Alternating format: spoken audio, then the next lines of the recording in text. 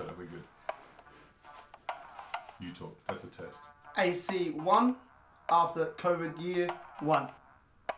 AC? Yeah, like AD was after death. Like Jesus, this is AC. We're rolling that way. Alright. Welcome back to another episode of Both My Times. Shut up! In this next song, you must march around the room. Here we go. Yeah, I know what the fuck I'm doing. Just sit down in the chair. I can do that loud today. No one's sleeping. No one's sleeping. No sleeping giants. No sleeping giants today. Look at them. That's a Josh section. That's a Josh Black right there. Now, we're back. Tell us about our recent numbers. Holy Jesus, we went on a bit of a trip, didn't we? It seems like people liked our load management chats. They did. Especially the one where we spoke about poo. Poo chat went through the roof. I reckon that's what it was. I was looking through the data and the analytics, and I was like, you know what people like? Poo talk. Poo talk. So you know what we're going to do today? None of that. No poo talk. So load management went well. Yep, that was good. Yep. So if you don't know what we're talking about, look at 3 episodes before this. All 3 of them. Yep, the series. Load management series. Load management series we're on. That's even, isn't it? Quick little break while Merv checks the camera. Those watching at home. There we are. And we're back. Beautiful. Now today, we did lead into this one. We're going to go straight to it. Alright? There is no I in trust. But there is an us. Wow.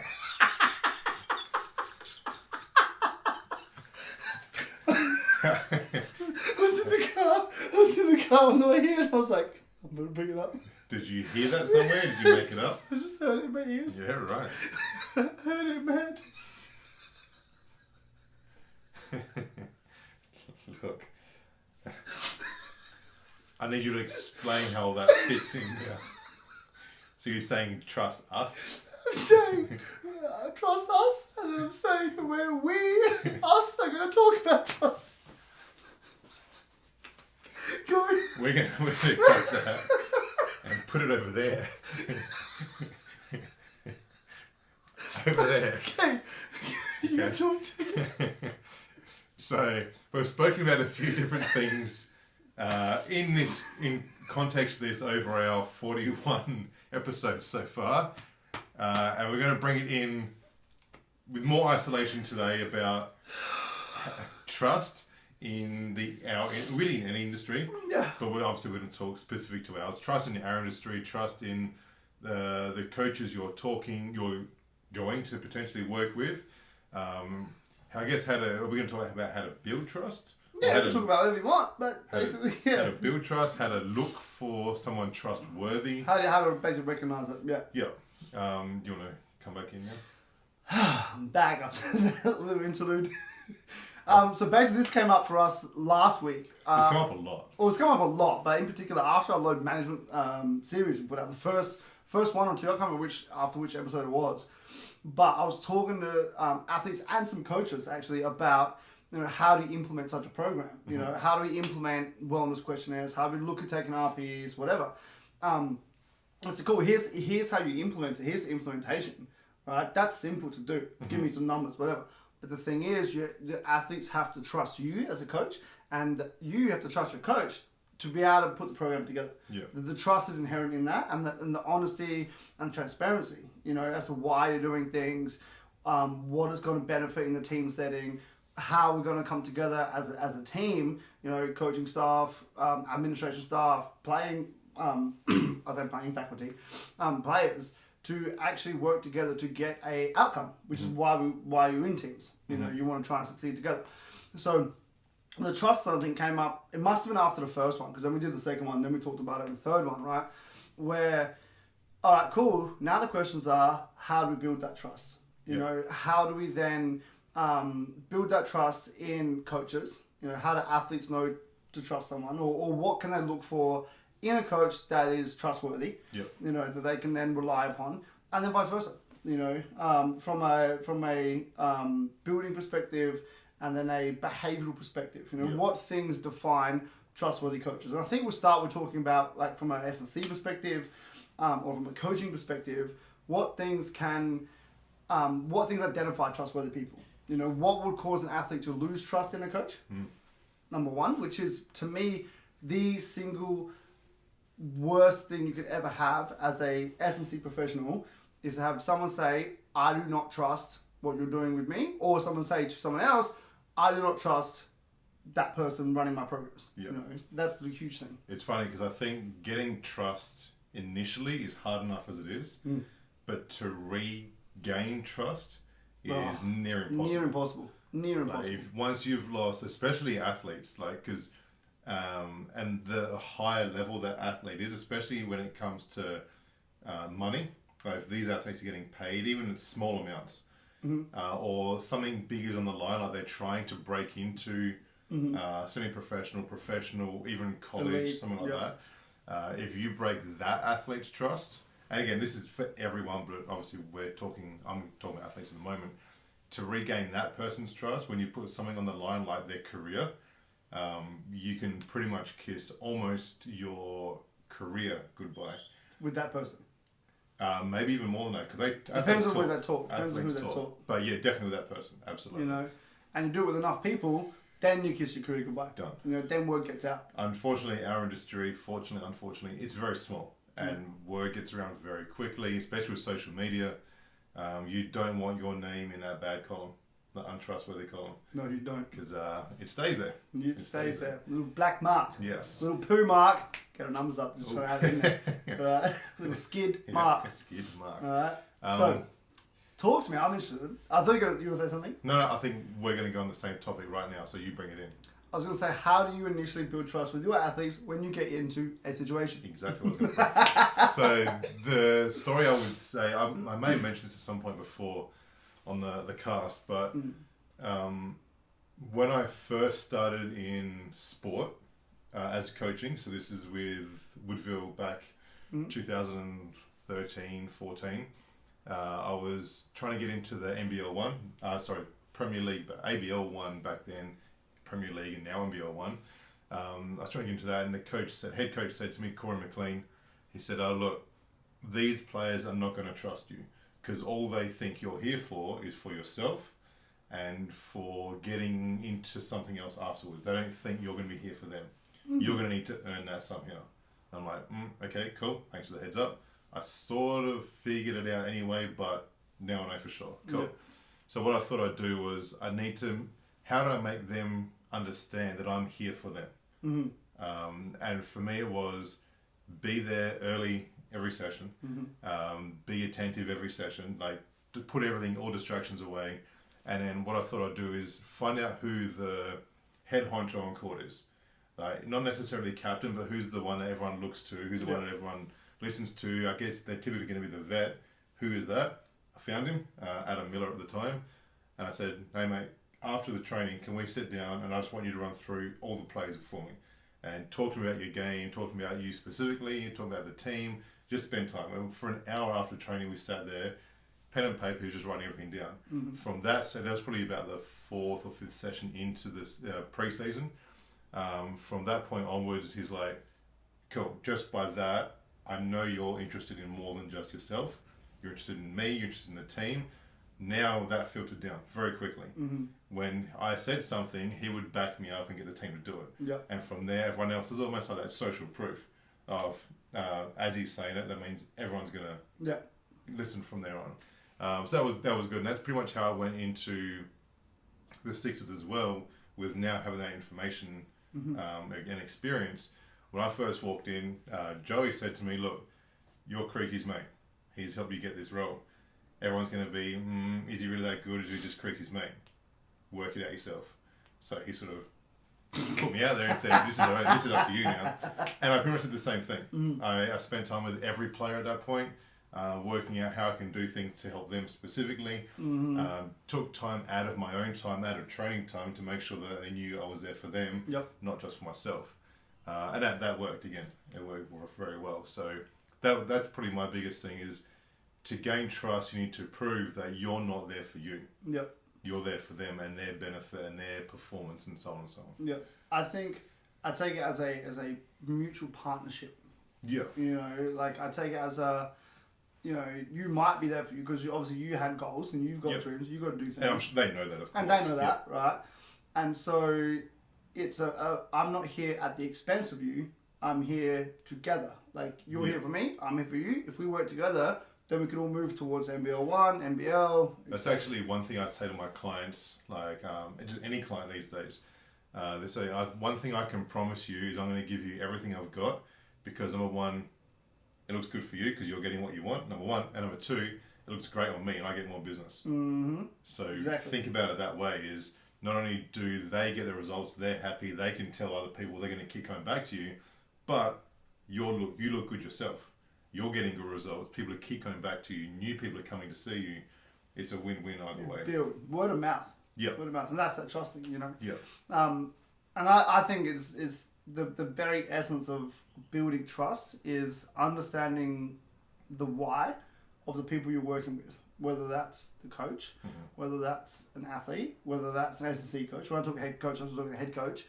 Whether that's athlete, whether that's S&C coach. And then working towards that, you know, sending the text messages and calling, checking in, you know, spending time, wanting to spend time with the players, you know, want to spend time with the coach, you know. How do we make this work together? It's that big word of the one I like, assimilation. Assimilation. You got to assimilate with the team. You got to be part of the team somehow. And then you got to build it from within. Exactly. Yeah. Sapa! That's not the end of the show. We just do that because it's a good chat. So yeah, and I think the trust factors are huge in that. So, and it's not just understanding the why, because as Joey said to you, they got to ask if you're good or not. Yeah. Right. So they obviously got to back that up with your experience and your knowledge and what you're going to do and how you're going to apply that. You know. You can't just be a good person and keep a position. You're going to be a good person, shit coach. Yeah. You know, you've got to actually be able to back that up. And so for me, the biggest thing in regards to building trust is the why. You know, like I said. And then from the why, the how. You know, it's not necessarily the what. The what is like, okay, here's what Jules want to do. Here's a gym program. Here's how we're going to do things. That's the what. Which most strength coaches can do relatively well. That's what they go with. Yeah. You know, that's the job, is the what. Yeah. Right? But I want to go the why and the how. And the way that you do this is obviously through those conversations, you know. And I think that, you know, I had a chat with a team recently. A new team wanted to come on board. And I sat down with the head coach and the assistant coach. And I was talking to them about, you know, what they want. They're like, cool, this is what we want from our program. Well, here's where our program is at. Da, da, da, da. And I was like, cool. The first question I asked was like, why? Like, what is this going to do for you as a person? What is it going to do for the team? You know, why do you want to get to that point? Why do you want me on board? Why do you want me to be able to run these programs? You know, and then I can after that, I go then with, well, my why is this. Yep. You know, here's why I'm coming on board. And if they're mutually beneficial, then we can work. Yep. You know, and it's going through that process of, okay, I understand your why. Here's the program, and it's not just something that I'm going to go do this and then leave, because you also got to, excuse me, foster and build that relationship.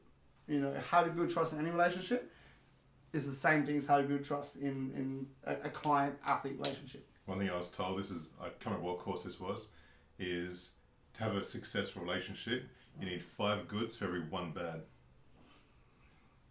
Okay. Could carry across to this. Well, it could. No, it could. You're like, I've done my 4 goods. I can't have a bad just yet. Exactly. So basically, for every time you go, oh, you know, Murph fucked this up, but she did this, and this, you almost forget about the bad because there's 5 goods that have sort of I think about the engulfed that bad. Exactly. You're hungry today. You haven't eaten, have you? I'm getting there, actually. I think about the, you know, for every one person that you do some shit with, they'll tell 10 people. Yeah. You know, but if you work good with one person, they'll tell one person. Yeah. You know. Yeah. But yeah, the trust factor, you know, and I think it comes down to not being dismissive and actually showing people respect that if they message you right back. Yeah. You know, about this kind of stuff, you know. Yeah. And within parameters that we've discussed before, like how I respond and what I would do, you know, I'll make sure to write back to people if they got these questions. You know, they come to you for that. If you're dismissive and you're not approachable and you're not able to communicate on their level as well, you know, then you're going to lose that trust. And you may be the best person, know your shit, but if you also can't communicate, you know, which is why it's such a big thing at the moment with communication. You know, so we've got we've got the books on that stuff, and obviously we know how to communicate with people anyway. But you know, there's this huge thing. I didn't realize it was such a big thing that you know, obviously Brett brought it out that communication is such a massive thing that people don't understand, and I think it's a huge part of coaching. Focusing on the what too much, not focusing on the why and the how. Yeah. That's how you build it. I guess there's so much hype around the what. Yeah. Like you can't make communication sexy. You can't put communication on Instagram and make it look like it's, oh wow, I want to follow this person. Yeah. Because they're communicating so well. Exactly. You can't, but you can obviously make the what sexy. It's different exercise, blah, blah, blah, blah. But, correct. But really, like most people will get the big jobs through better communication. The better clients through better communication. Keeping clients in successful business through better communication. And being successful. Because only the sexy exercises last so long. Correct. You know, how would you work with someone, athlete or gen pop or rehab or whatever, who has come to you and has no trust in trainers or coaches because of what they've experienced previously? I guess I would want to find out why. It's like, good. What's the problem? Why don't you trust coaches? What's been the issues before? And this was with Jen. Yeah. Initially, like she come to me saying, one of my clients, 55 years old, 56 maybe. Sorry, Jen, whatever you are. She's a lady. She's come to me saying, look, you know, she doesn't watch the show, so we're good. Let's not force it on her anymore. Quit laughing today. But, yeah. I said to her, like, why don't you trust coaches? What's been the problem in the past? And she told me all that stuff, which I'm not going. You could. I'm just listening. Which I'm not going to go into because that's not going to do that. But that gave me a solid. All right, this is what not to do for sure for her, and that stuff I wouldn't be doing anyway because. Can you give some dot points of things not to do? Dot points without being specific. No. Don't be sexist. Don't be sexist. Don't be abusive. Don't use vulgar language in context with the person you're working with. Yes. Don't be an asshole, basically. Don't be a dick. Yeah, you know what? That's it. That's the whole show right there. Don't be a dick. You want to build trust? Don't be a dick. Don't be a dick. So yeah, I guess that's the first step is knowing who you're working with, finding out what their personality, what you can get away with, what you can't. And that's just the thing, well, you spoke about this not long ago, is the way I would talk to Jen is different how I go and talk to my next client, Ben. Completely different people. And then different again how I talk to one of my younger athletes coming in after that. Yep. So you need to know who you're talking to, who's in front of you, what they do and don't like. Yep. And then go by that. And you just spend the time doing that. Like that takes time. You know, with any person I would normally sort of deal with. Like, but I was thinking personal team. You know, I'll always spend that time to go. You know what? Don't come into the gym for your first session. You know, let's catch up for a coffee somewhere. You know, because I want to sit down and see you face to face. I want to be able to talk to you about what you want to do. I want to be able to understand how you communicate. I want to understand your why, and then I can provide you with, okay, here's how I imagine we would go about this program. How does that sound to you? That sounds good. Yeah. You know, you kind of come to this, like, it's this little dance where you come to this point where, okay, cool, now we're in synergy. You know, now I understand what you want from me, and I understand from you how you process things and how I can communicate with you. You know, and it's that thing first and foremost is that you start that way. If you start off on that foot, then you can start to rebuild that. That's why rebuild that. Then you can start to build upon that. Yeah, agreed. I think then comes to how do you maintain, once you've gained the trust, which is all that bit, how do you maintain that trust level that you have gained while still building upon? And it's as simple as just doing whatever you said you're going to do in that first session. Because that's pretty much what your first session is all about, is you set a standard of communication, you set a standard of your personality, your sense of humor, the kind of person you are as a coach, and you also start setting the standards of what you're going to be delivering, and it's making sure you're consistent across all those things all the time. If you're not consistent, you're going up, not down. Yeah. If you're going to bring something different in, it's got to be a better thing you're bringing into it. Correct. So I think that's one thing I'm pretty sure I do pretty well. I mean, I've got a lot of clients I've had for a long time. I don't really lose clients because they don't like what I'm doing anymore. It's more that they've gone somewhere else, like interstate or whatever. But it's taken a long time. Like, again, 16 years into this now, or almost 13, 14 years into it yourself. Like, you're not going to do this in your first year. No. Unless you've got a lot of experience in communication and working somewhere else. If you're a brand new, young trainer coming into it, this is going to take some time, but just know these things and start working on these things. And get in person. I think that's the biggest thing is... Get in person. As in get in person, right? I'll go with it. Is that I think about, what I portray outwardly is elements of what I do. So like my Instagram account or Twitter or whatever, they are elements of who I am, but they're only slivers, The reason I want to get into that first catch up, coffee or a chat or whatever it is to get in person and to understand the human, You're not going to build trust through your social media following. You might be able to write some amazing shit and you have some good education and you can take your time and spend 50 minutes to an hour to write each post or whatever. But if you don't get in front of that person and talk to them, you're not going to be able to build that trust, build that relationship, especially in a service-based industry, and I think that's the biggest thing. And you said, follow through on what you're doing to maintain or build. You set the standards here, and then you want to go next level, then you want to go next level, then you want to go next level, what can I do more for you? How are you like? I'm always asking for feedback, and I take that on board because I run how I run, right? But then if I say to my class, I was talking about this with Alistair the other day, right? I was like, I always ask for feedback. What do you think of this? What do you think of that? In context with her training. So she also does dance, her dance school, and talking to her about, you take the feedback on board. For me, I love it, right? No matter how critical it is, it allows me to then go, all right, cool, well, this is how the person in front of me is feeling from what I'm doing. Now let's change it. Let's do this a bit more, let's do that a bit more, And that was in context of like other coaches and other professionals she works with, not comfortable having that or taking on that feedback and then progressing. I don't feel comfortable giving that feedback to someone because I know they're not going to do anything with it. So all of a sudden you start to lose the faith and lose the trust. You encourage the feedback. You got to encourage it and you got to be able to accept it. Like it takes some level of humility to be able to like, all right, cool, tell me what I'm doing wrong or tell me what you're not liking. And what can I do better for you? And then we can continue to build this partnership. Same as we discussed it the other week, right? Same as in relationships. You get to a point where like, cool, this is the honeymoon phase, that's moved on now. Let's get to the next phase where we start to go, all right, how can we continue to build in a different way, but greater? It's that constant evolution. Alice has been with me for 9 years. Most of my clientele have been with me with a minimum 4 to 5 years, minimum.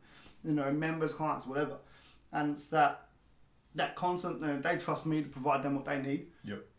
And they trust me with the communication and then the training and whatever. It all comes through as a package. And you can build from that. And like you said, I like the whole.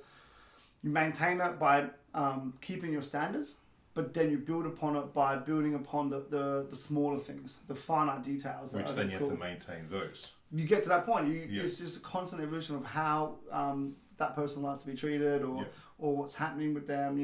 The basic fundamentals of communication, reliability, and obviously know your shit. They're the fundamentals. You've got to be able to do that. But then you go, okay, cool, well, I know Merv doesn't like when I do this. So with him, I'm going to do this in these sessions a little bit differently. Or I'm going to message you, follow-ups because you like that. With someone else, I might not do that because they don't really want that. They want to be like, they know what their thing is. And that's the big thing is just because one person wants it in this way doesn't mean the next one will as well. Correct. Like you might not need anywhere near as much work and effort from person A to person B. That's just what they want, that's what they expect, and that's what they like.